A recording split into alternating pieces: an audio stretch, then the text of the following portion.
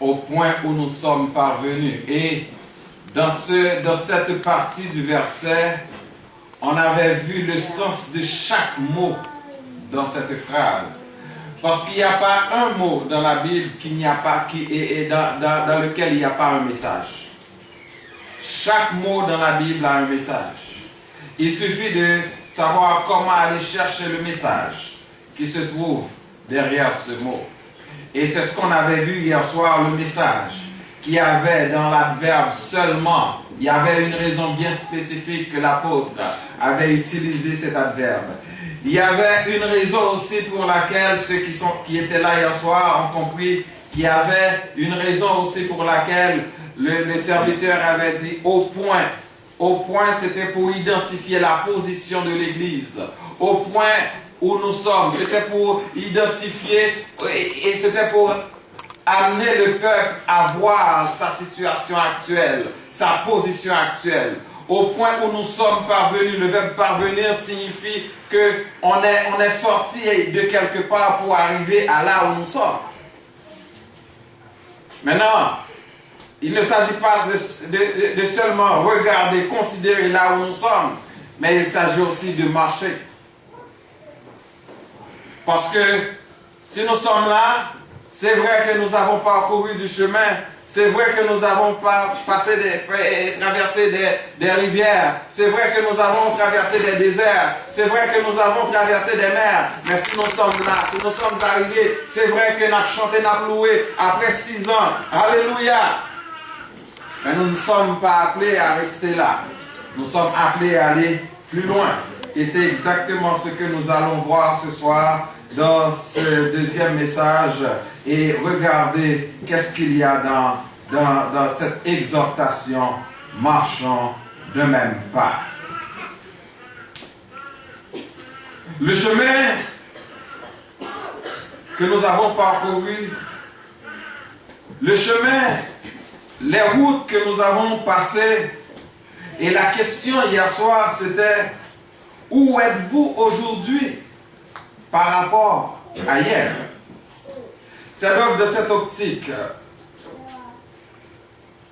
puisque vous aviez répondu à la question, nous avions répondu à la question, nous avions considéré les étapes passées, nous avions considéré les difficultés passées.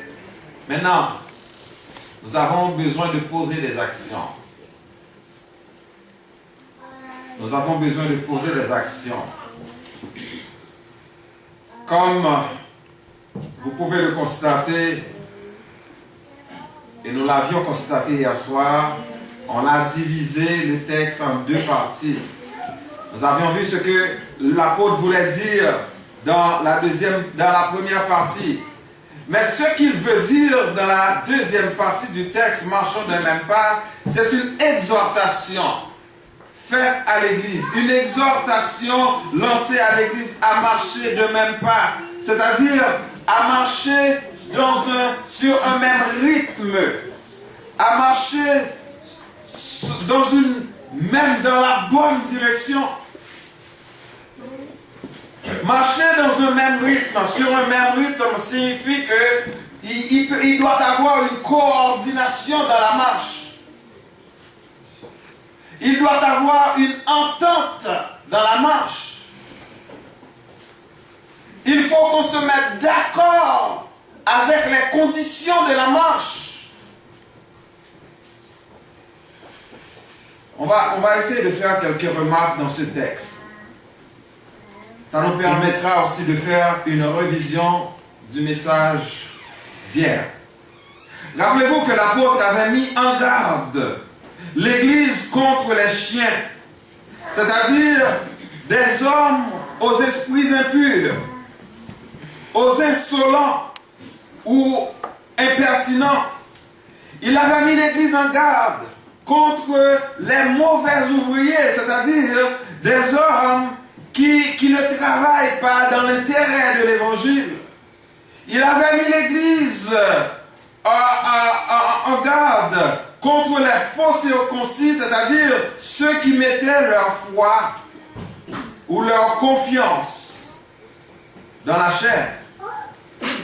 Donc l'apôtre a dit, ces gens-là, quoi qu'ils soient membres de l'Église, c'est vrai qu'il a partagé le pain ensemble avec nous.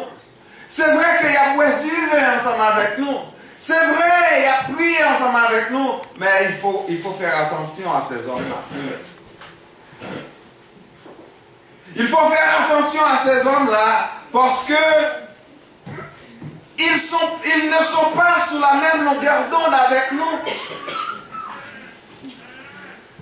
Ils ont une pensée contraire par rapport à la vérité de la parole de Dieu, par rapport au salut. C'est vrai, tout en espérant que Dieu les éclairera, tout en espérant que Dieu va les éclairer dans leurs mauvais pas, dans leurs faux pas. Vous, marchons des mêmes pas.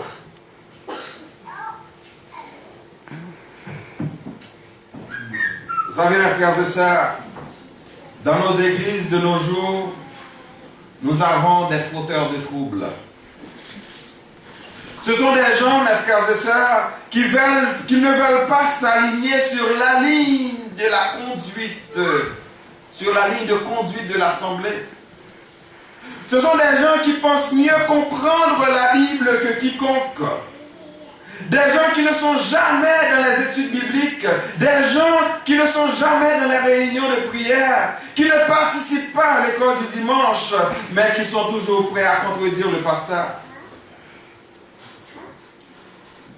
Ou à venir avec une vérité autre que celle de la parole de Dieu.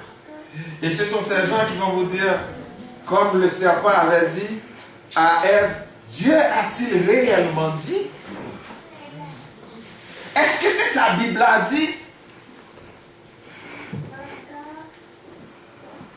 La parole du Seigneur nous exhorte ce soir à faire attention à ces individus. Ils sont parmi nous. Ils sont dans nos seins. Mais l'autre remarque, mes frères et sœurs, c'est là, nous allons venir avec cette deuxième partie du verset, où le serviteur nous exhorte à marcher de même pas. Mais il n'a pas dit juste de marcher de même pas. Il a dit, marchons de même pas, tout en limitant. Cela veut dire, en disant, soyez mes imitateurs dans le texte, tout de suite après avoir dit, marchons de même pas, voulait dire tout simplement que l'Église devait regarder comment l'apôtre il marche. L'Église devait regarder les pas de l'apôtre. L'Église devait regarder comment suivre, comment il marche. L'Église devait suivre ses pas. Alors, la question, pourquoi il avait demandé à l'Église de bien coordonner ses pas? Le texte nous donne des raisons. Mais la seule raison que nous allons voir, c'est parce qu'il y avait deux catégories de personnes dans l'Église. Il y avait deux catégories de gens, de chrétiens dans l'Église de Philippe. Une catégorie qui représente ceux et celles qui marchent selon le modèle à imiter. Nous avons des gens dans nos églises que nous pouvons imiter. Quand nous voyons leur marche, comment ils marchent avec le Seigneur, leur dévotion avec le Seigneur, leur conduite, nous pouvons imiter ces gens. Donc l'apôtre Paul était parmi ceux que l'Église pouvait imiter. D'ailleurs, il a donné cet exemple quand nous regardons dans Philippiens chapitre 3, que je vous invite à regarder. Philippiens chapitre 3.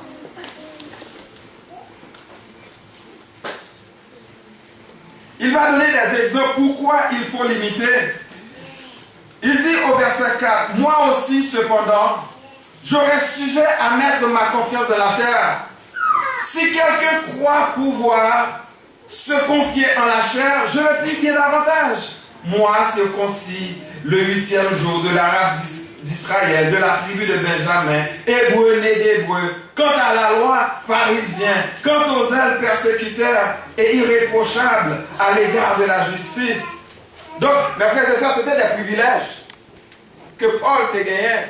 C'était des avantages qu'il était capable de faire considérer comme grand, comme plus grand que tous. Cependant, il dit au verset 7, mais ces choses qui étaient pour moi des gains, je les ai regardées comme une perte à cause de Christ.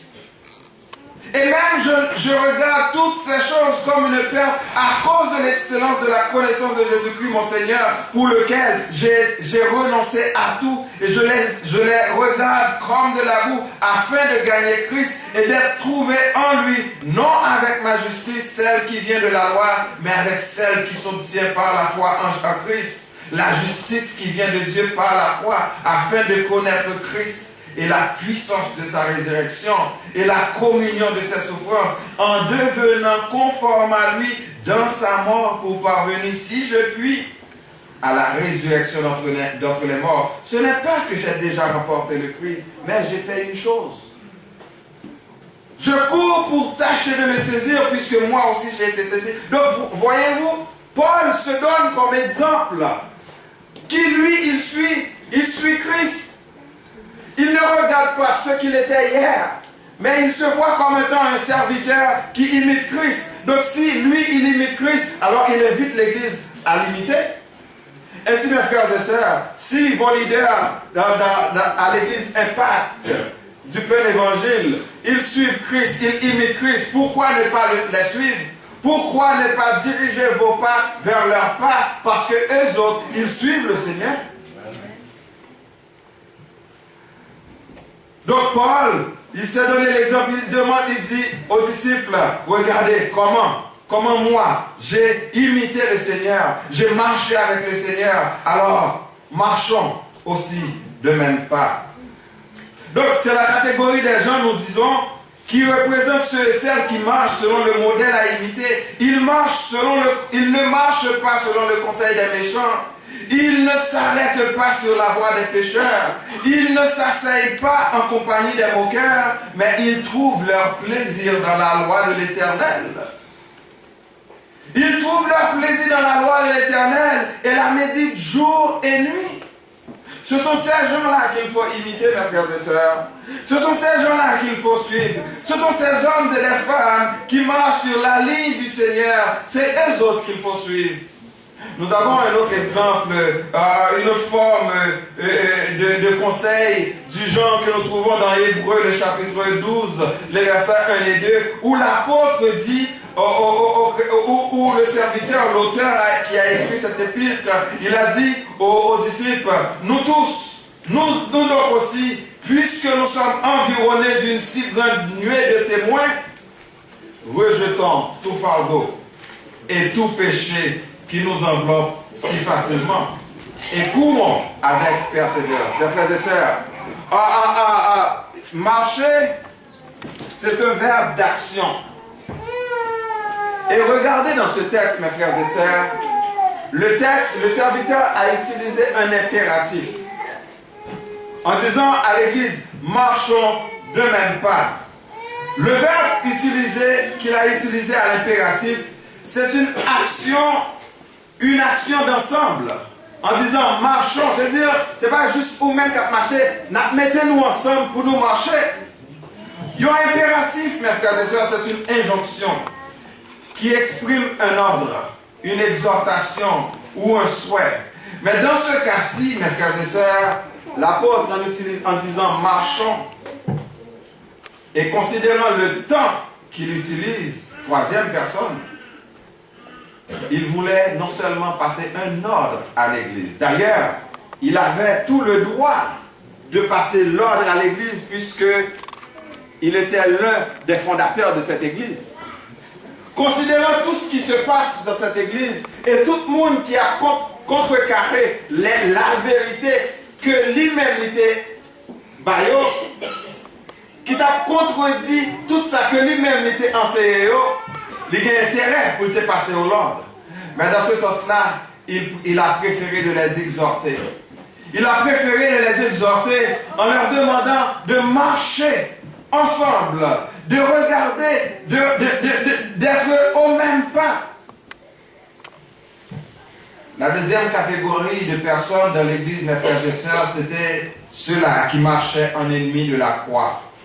D'après le verset 18 de Philippiens chapitre 3. Ce sont des gens auxquels il faut faire attention car ils ont pour Dieu leur ventre. Ils mettent leur gloire dans ce qui fait leur honte. Ils ne pensent qu'aux choses de la terre. Mais l'Éternel connaît la voie de ces individus. L'Éternel connaît la voie de ces individus car leur fin, disons la parole, c'est la perdition. Ainsi, mes frères et sœurs, c'est impératif pour nous, c'est de nous mettre ensemble dans la marche qui nous conduit vers notre cité. L'apôtre nous exhorte à nous mettre ensemble dans la marche qui nous conduit vers notre cité. Parce que notre cité à nous n'est pas ici-bas. C'est dans les cieux où Christ est assis. Cependant,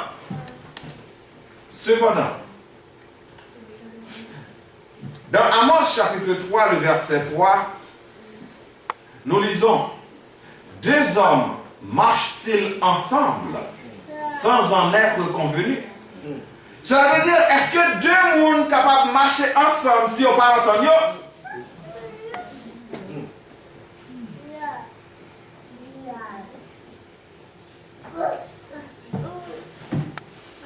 Deux mondes pas capables de marcher ensemble. L'église pas capable de faire un pas. C'est vrai que nous avons regardé qui compte nous y là. Après 6 ans, toute péripétie que nous passons, toute situation difficile nous passons, tout combat que nous menons, pour pas que l'église n'a pas fermé, je dis à nous 6 ans.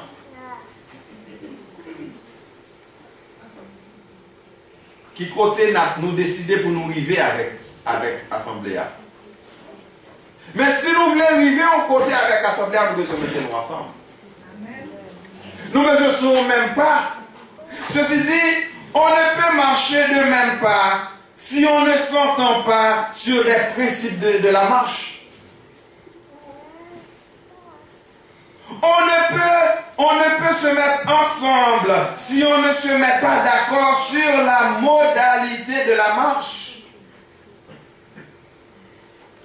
Parce que si nous ne mettons nous ensemble sur les modalités de la marche, sur les principes de la marche, nous ne sommes pas capables de coordonner par nous. Une affaire à gauche, une affaire à droite. Je me rappelle, j'étais coordonneur pour les gens qui étaient en Haïti. J'étais coordonneur dans le lycée Firmin.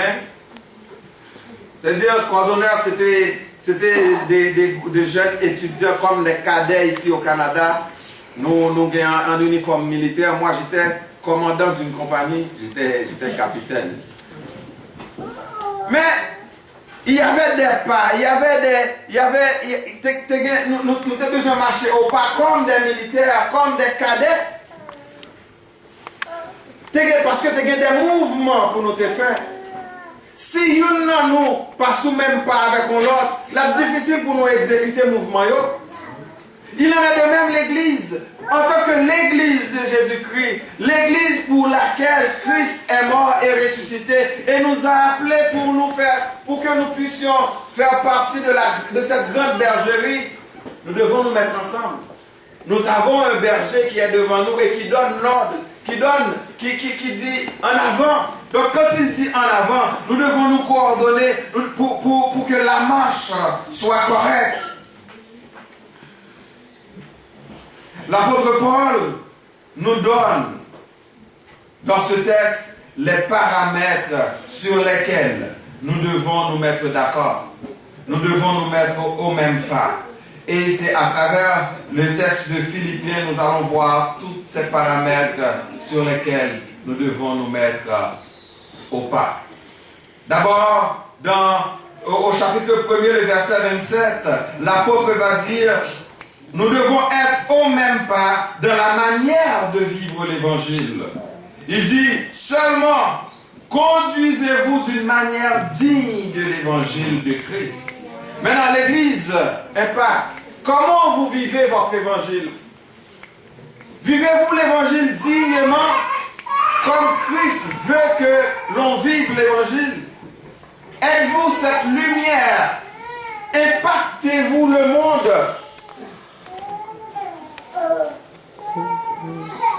Êtes-vous cette influence que vous devez être dans ce monde?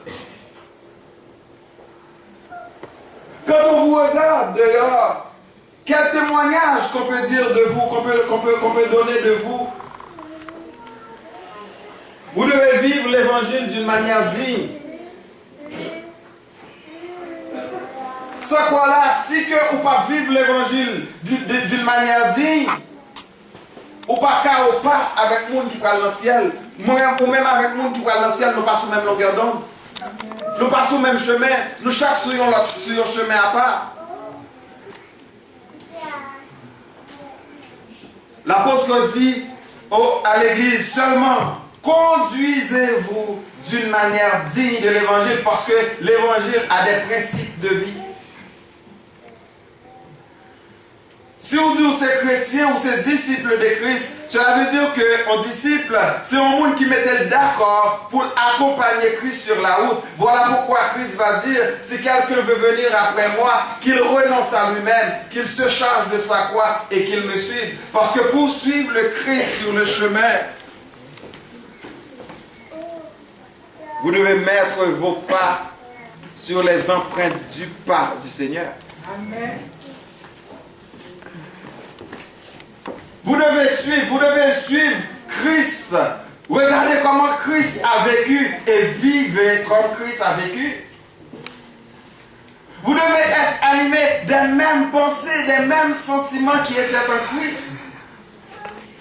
Voilà, c'est un premier paramètre sur lui-même que nous devons mettre nous d'accord en tant que chrétiens. Nous devons accepter, si nous voulons aller plus loin avec l'église là, pour nous vivre d'une manière digne de l'évangile. Deuxième paramètre que nous devons mettre nous au pas là-dedans, nous avons besoin au même pas de l'humilité à l'instar de Christ. Regardez ce que nous lisons au chapitre 2, les versets 3 et 4.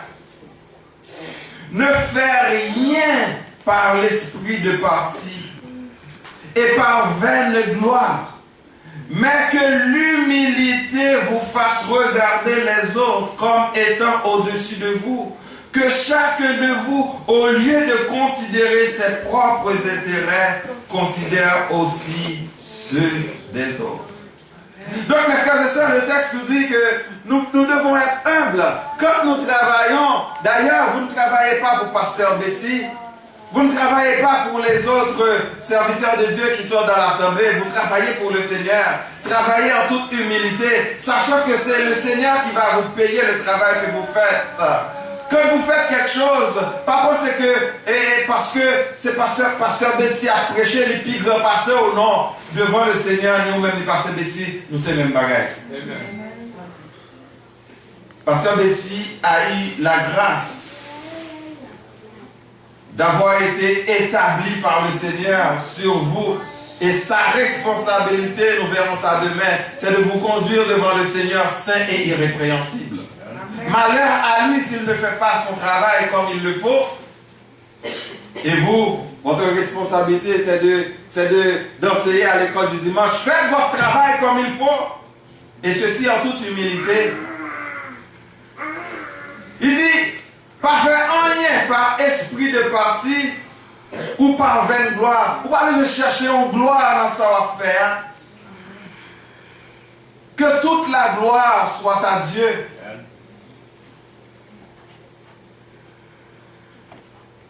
Donc, au lieu que ses propres intérêts on pourra chercher, considérer intérêt par l'autre.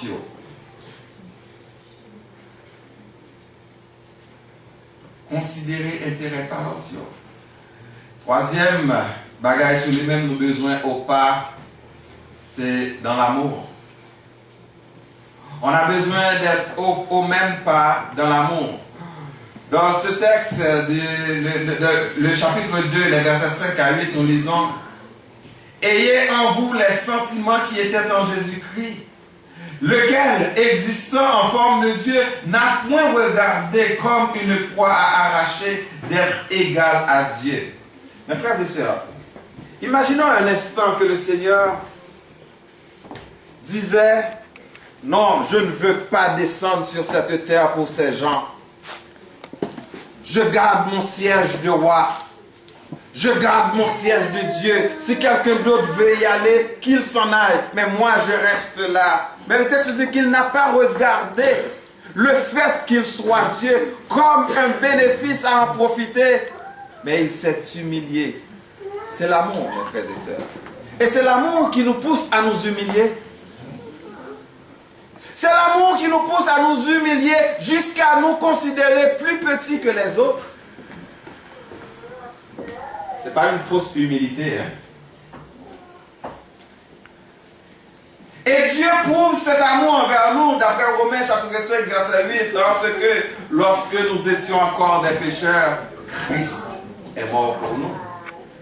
Car Dieu a tant aimé le monde qu'il a donné son Fils unique, afin que quiconque croit en lui ne périsse point, mais qu'il ait la vie éternelle.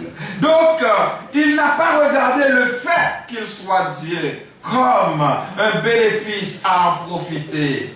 Mais le texte continue pour dire il s'est dépouillé lui-même en prenant la forme de serviteur, en devenant semblable aux hommes et ayant paru comme un simple homme, il s'est humilié lui-même, se rendant obéissant jusqu'à la mort de la croix. Donc ce sacrifice, mes frères et sœurs, c'est l'amour.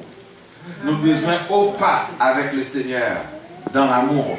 C'est pour ça là, le Seigneur va nous dire d'aimer nos prochains comme Dieu nous aime. D'aimer nos prochains comme nous nous aimons nous-mêmes. À quel point vous aimez votre prochain? D'ailleurs, c'est en aimant votre prochain que vous allez faire preuve d'être disciple du Seigneur. Et Jésus-Christ l'a dit, c'est là où on va aimer le ça, on va avoir un amour, ses disciples. Et dans 1 Jean chapitre 3, la parole de Dieu nous dit: comment vous faites dire que vous aimez Dieu ou pas, ouais, tandis que le monde qui chita autour là, ou pas aimer.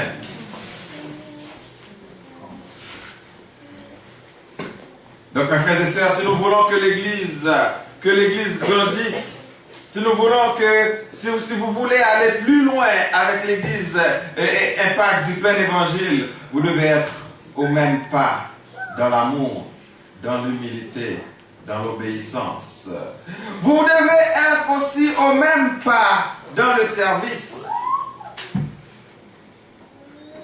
Vous devez être au même pas dans le service. Au chapitre 2, verset 14, il dit: faites toutes choses sans murmure ni hésitation. Quelle qualité de service que vous donnez à l'Église? Parce que c'est vous-même qui l'a pour nettoyer l'église. Vous pensez que le travail va faire n'a pas d'importance? Ah, vous trompez ou vous pensez ça? Vous pensez peut-être parce que c'est vous qui l'a qui pouvez ouvrir porte là, ou faire avec négligence, ou faire avec nonchalance. Mais on connaît bien qu'on gagne compte pour rendre au Seigneur pour ça. Parce que le travail ça va faire, c'est bon Dieu confie au lit. Et franchement, pas de monde qui a fait le plus bien passer. Parce que c'est le Seigneur qui bat au don ça pour faire. Alors on peut se faire sans murmure, ni hésitation. Au contraire, en chrétien, lorsque ou tu as un travail pour faire l'église, là, de presser faire vite parce que on connaît que le travail qu'on va faire, ce n'est pas pour nos noms à faire. Ce n'est pas ni pour pasteur, ni pour prédicateur à faire, ce n'est pas ni pour moniteur à faire, mais c'est pour le Seigneur. Parce que l'église là, c'est l'église du Seigneur. Amen. vous êtes ouvrier avec Dieu. Et le Seigneur choisit ouvrier, il choisit, il met dans n'importe qui poste. Donc, service que vous avez là, vous devez bailler avec tout vous-même, avec dévouement, avec cœur content, parce que Dieu n'est pas ingrat pour oublier votre travail et l'amour que vous aviez mis dans le travail que vous faites.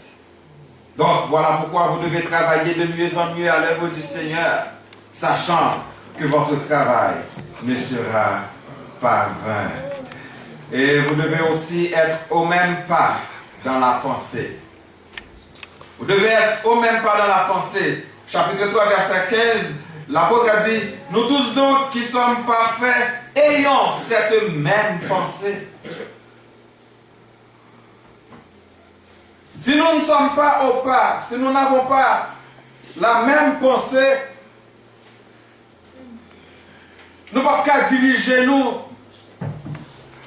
vers la bonne voie. Nous devons nous mettre d'accord pour que nous travaillions ensemble dans la même direction.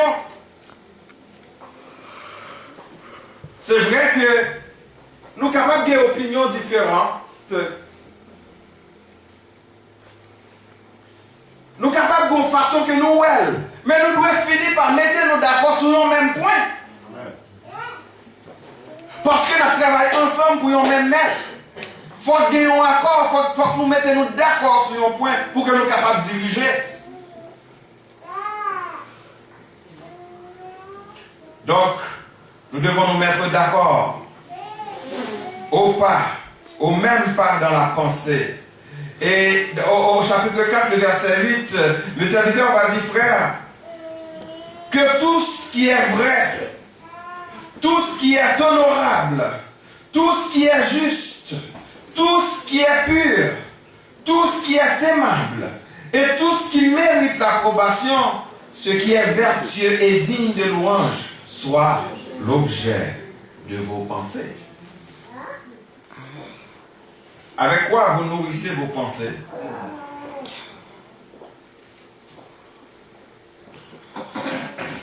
Nous devons aussi être au même pas dans la foi. Nous devons être au même pas dans la foi. Au chapitre 4, le verset 9, nous lisons « Ce que vous avez appris, reçu et entendu de moi, et ce que vous avez vu en moi, pratiquez-le et le Dieu de paix sera avec vous. » Regardez mes frères et sœurs le texte. Il dit, ce que vous avez entendu, ce que vous avez appris, ce que vous avez reçu, ce que vous avez entendu, pas des autres, mais de moi, parce que je sais ce que je vous ai donné. Moi, comme ça et moi, comme ça est bon. Donc, il poursuit pour dire, il dit, ce que vous avez vu en moi, de c'est-à-dire que c'est vrai que je vous ai enseigné, vous aviez appris de moi, vous aviez reçu de moi, vous aviez entendu de moi, mais vous m'avez vu pratiquer ce que je vous ai appris. Vous m'avez vu pratiquer ce que vous avez reçu. Vous m'avez vu pratiquer ce que vous avez entendu de moi. Maintenant, l'autre chose. Aujourd'hui, nous sommes plus aptes à imiter les vedettes. Les vedettes de cinéma. Nous sommes plus aptes. Par exemple, les jeunes là, y compris mes enfants, ils ont plus de musique que rap, que de musique chantée qui dans chant d'espérance.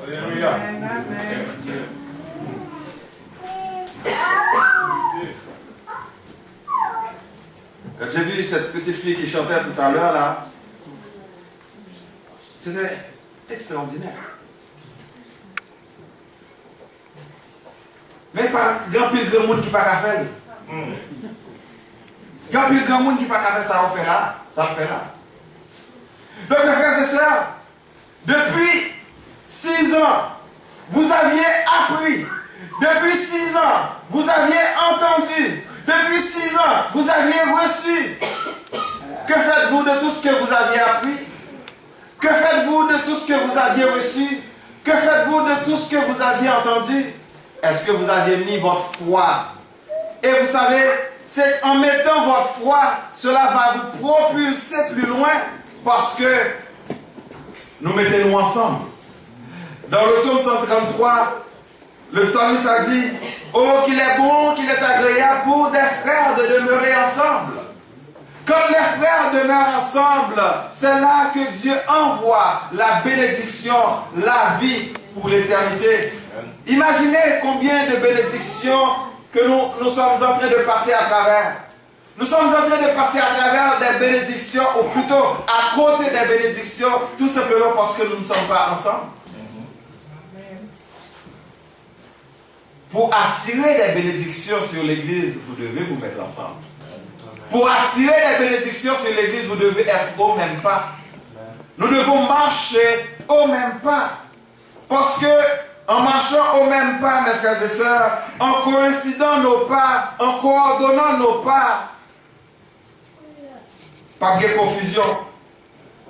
Pas de confusion. Marchons de même pas, mes frères et sœurs, exprime l'idée de se mettre ensemble pour aller vers une même direction.